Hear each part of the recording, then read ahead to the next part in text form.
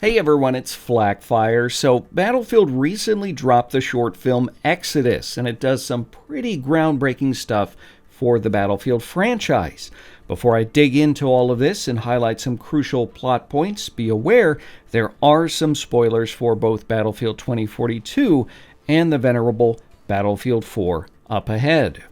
Right, so Exodus is the glue tying the events of Battlefield 4 to those in Battlefield 2042. Previously, there was nothing that directly connected the two narratives, but the short film here has changed all of that, most notably through the inclusion of Kimball Irish Graves and Clayton Pack Pakowski. Both were fixtures in Battlefield 4 as part of Tombstone Squad, along with Daniel Recker and Hannah, whose full name is Huang Shuyi. The appearance of Irish and Pack raises a lot of questions, mainly what actually happens in the final moments of the Battlefield 4 campaign, and that players are prompted with the choice to send either Hannah or Irish to detonate the explosives attached to the rogue Chinese Admiral Chang Wei's warship, which is about to engage and sink the USS Valkyrie, an amphibious assault ship carrying hundreds of civilian refugees. Whoever is sent, the assumption is that they died in the following explosion, though a body is never recovered and they are officially listed as missing in action. There's also the option to do nothing, which results in the destruction of the Valkyrie and everyone on board, which includes Pack.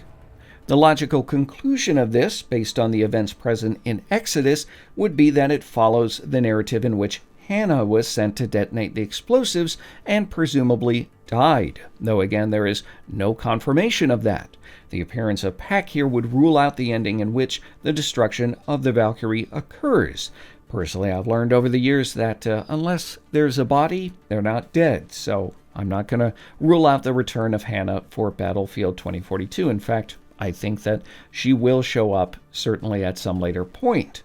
Anyway, looking at the events of Exodus, we join Irish in what remains of London, England. Now, significant storms and flooding have brought that country to its knees, and we know it happened rather quickly based on the fact that ads are still running a campaign to assist other nations.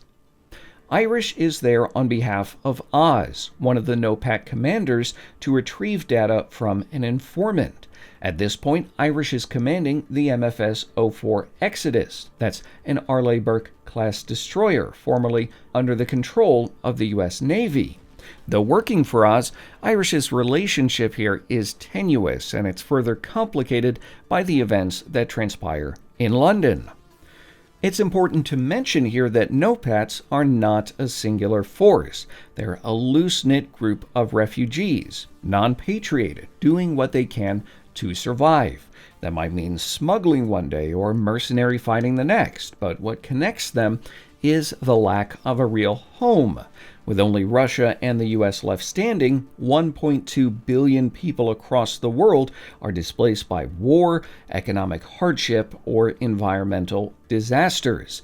Oz commands the largest contingent of these forces, while Irish is part of a separate group.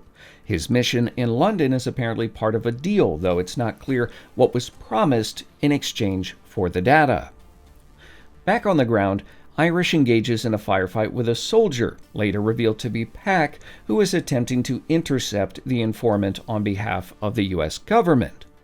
Wounded, Pack is captured and handcuffed to a hospital bed on board the Exodus. It's here that Pack warns Irish Oz has no real interest in the no-pat struggle and intends to start World War III. Irish says his loyalty lies not with countries or to Oz, but with the refugees on his boat, and mentions that Pack is now included in that. This is honestly entirely within the scope of Irish's character. In Battlefield 4, Irish ignored orders and instead rescued hundreds of civilians. His role as the captain of a no-pat vessel perfectly suits him. It's also revealed that Irish has a son named Omar. Before heading to the bridge, he gives his son a toy dinosaur that he found in London. It's a simple trinket to the boy, but obviously it's an Easter egg to Battlefield fans and a subtle callback to Battlefield 3. Omar then asks who Pack is, only to be told nobody. That's a pretty deep cut. This highlights the wedge and distrust between the two former friends and squad mates. On the bridge, Irish meets with Navin Rao, an Indian hacker and a NOPAT specialist. Rao reveals the data discovered in London indicates an American satellite containing an experimental weapon is due to fall from orbit in 36 hours and will impact near Doha, Qatar. Codenamed Shearwater 1, it's actually been speculated to be some kind of illegal space laser by Rao, but that was likely in jest. There's also a satellite here named Pickle Rick in a fun Easter egg, but Rao does warn that whatever Shearwater 1 is, if Russia gets there first, it will be war. In response, Irish concedes Pack was right and calls Oz a maniac. That is quite a quick turn there, which indicates not everyone sees Oz as a freedom fighter, and he has a reputation. Obviously, Irish did not trust him very much to begin with.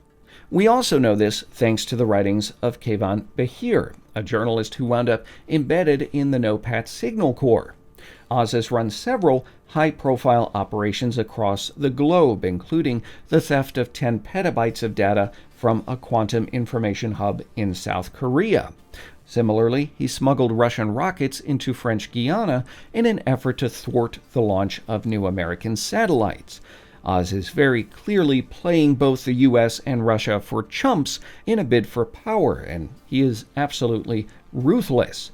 We see this in the Mediterranean Sea when he sends 3 Condors against the Exodus, once Irish reneges on the deal. They fire at the ship, which is packed with civilians. Not something you do if you're kinda a good guy. Irish orders the Exodus into the brewing Category 5 hurricane, and this is actually a situation where Irish has some experience. You might recall Tombstone Squad used a hurricane as cover to infiltrate a Chinese-held airfield in Singapore in Battlefield 4, which explains why he views it as the cavalry instead of as a problem. In the end, Irish's gamble pays off, though it comes at a price. Oz's men capture Irish's son and force Irish to give up the data. Just as his son is about to be shot, a crack is heard and Oz's henchman falls. Pack is revealed to be the shooter, standing up on top deck, handcuffs hanging from his wrist, and you might assume that he picked them, but it turns out it was actually the journalist Behir who uncuffed him. Unfortunately, Pack is gunned down by the Condor, which is then in turn destroyed by Irish. Once it's revealed that Oz has the coordinates of the satellite crash, it's likely he intends to leak the coordinates to the Russians, so this becomes kind of a race for the finish for Irish, who puts out a call to any NOPATs willing to fight. Remember, if Russia gets there first, it's war, so there is an interesting power struggle brewing among the NOPATs, basically a war within a war, in the words of the journalist Behir. By the way, if you haven't explored that world of Battlefield 2042 on the game's website, it breaks down much of what has been said here in greater detail, and it follows Behir's travels around the world. I'll leave a link to it in the video description. While the Exodus short film provides some important plot details, it still leaves a lot to the imagination regarding the clear villain here, which is Oz. We've never seen him, and his voice is run through some kind of changer, synthesizer in an effort to hide his identity. I will say there is evidence of a subtle accent if you pay attention to the way he forms his words, particularly on vowel sounds like O's and A's. That does kind of indicate perhaps an African origin. That briefcase is our A's card. Do not fail us, Captain. I'm not an expert here, just a guess, but we can definitely tell that he is intelligent and he is well-read, as evidenced by his reference to the Ronin of feudal Japan. It's not really a common subject. He displays good understanding of his position and the public opinion on NOPATs. They do seem to have a bit of a PR crisis here. Oz's previous operations banked on the belief that NOPATs were underdogs, fractured, incapable of mounting complex operations. That let them exploit weaknesses when they were underestimated. It's one of the oldest tricks in spycraft, which to me suggests Oz may have a background in military intelligence. I actually believe that Oz was responsible for the Kessler effect that brought down 70% of the satellites on Earth. The cause of that phenomena remains unknown, and it occurred 2 years before the events in Exodus. Oz is playing 4D chess and understands your enemies are weaker when they're fighting each other. Plus, it helps if you control some of the pieces. I've seen a couple theories suggesting that Wrecker or even Hannah from Battlefield 4 could be Oz, but I just don't see that happening. I do, however, want to know where they are in all of this. Perhaps we'll get some more details on that in the future. The narrative here does also seem to directly tie into Battlefield 2042's Hazard Zone game mode, which will be revealed closer to launch. Overall, DICE is building a compelling story with Battlefield 2042. I'm actually anxious to see how they will move this story forward. I think there's a good chance we'll see more short films leading up to and after launch. Developers may also find more clever ways to integrate the story in-game through things like events or environmental storytelling. I'll be sure to keep an eye out for new developments. I'm curious, though, what you think of the story so far. I think DICE have built quite a compelling world, and one that honestly has been more engrossing than most of the stories told in previous Battlefield games. Tell me your thoughts on this, though, in the comments. If you enjoyed this video, leave a like. If not, a dislike. Make sure to subscribe. Tap the bell for the latest videos. If you want to support the channel, keep your money, share this video. And as always, thanks for watching.